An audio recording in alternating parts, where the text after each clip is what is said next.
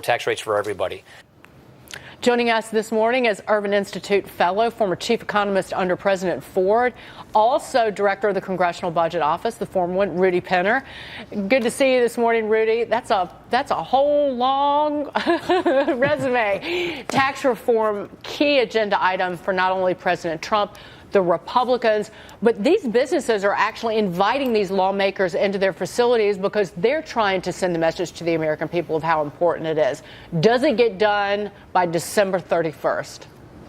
I don't think it gets done by December 31st, but maybe early next year. But it's going to be a tough haul because, as the speaker just said, they have to broaden the base. That means taking deductions away from people, and some of them are very sensitive deductions.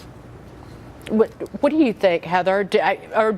Because you said that there is a plan in place. Are they going to take deductions away from people? Yeah, the broadening the base, by the way, is language that means that some people are going to end up paying higher taxes, even though that their rates might be lower. Right. In essence. Right.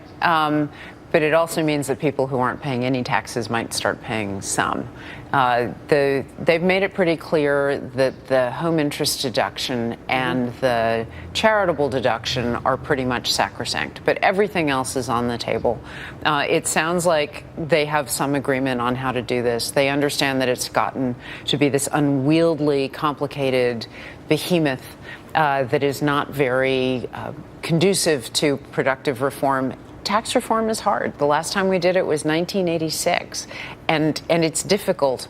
But my understanding is that they've got fair agreement. Whether they can do it this quickly, I have no idea. There are not that many legislative days. They may go to a short-term CR and punt on the tax reform, but they definitely have something in mind that they are going to try and get passed. Rudy, Mitch Rochelle, I'm going to get accountant on you here since you were at the CBO. But dynamic scoring, the thing that I worry about if we try to get this through reconciliation and try to find a way to make it revenue neutral, how much is the CBO going to be able to sort of factor in the economic growth that is anticipated in the next 10 years or so on from the overhaul? To the extent it's an overhaul, is dynamic scoring really going to sort of take into account all the things that the administration wants it to take into account?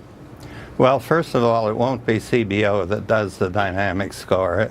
It would normally be the Joint Committee on Taxation that would do that.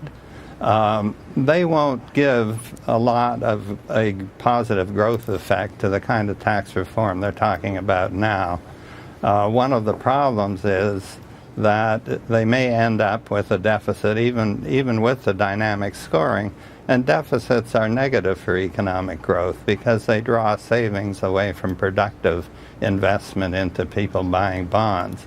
So that's a big problem. Now the Budget Committee does have the power to reject the dynamic score that joint tax may give it.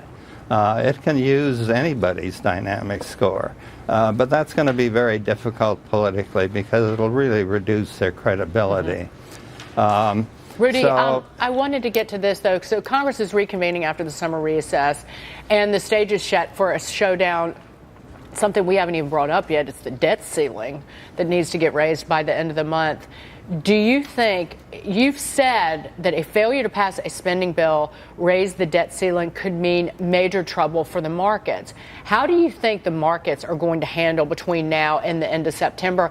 And how precarious is it because we might not raise the debt ceiling? Well, if we would, in fact, default on the debt, and I don't really expect we will, but if we did, that would be a financial calamity, I think, one that would extend around the world. I don't think that the Treasury will do that, even if the Congress does not pass an increase in the debt ceiling. I think their first recourse would be just not to spend money. For example, early October, they have to make a big payment to a government retirement fund. I think they just wouldn't do it. They would go into arrears. It's always, one way or another, Rudy, it would send shock waves through the country if it really came down to that. But we have to wait and see. Rudy Penner, it's good to see you. Thank you for being here this morning. Enjoyed it. Thank you. Billionaires Bill Gates and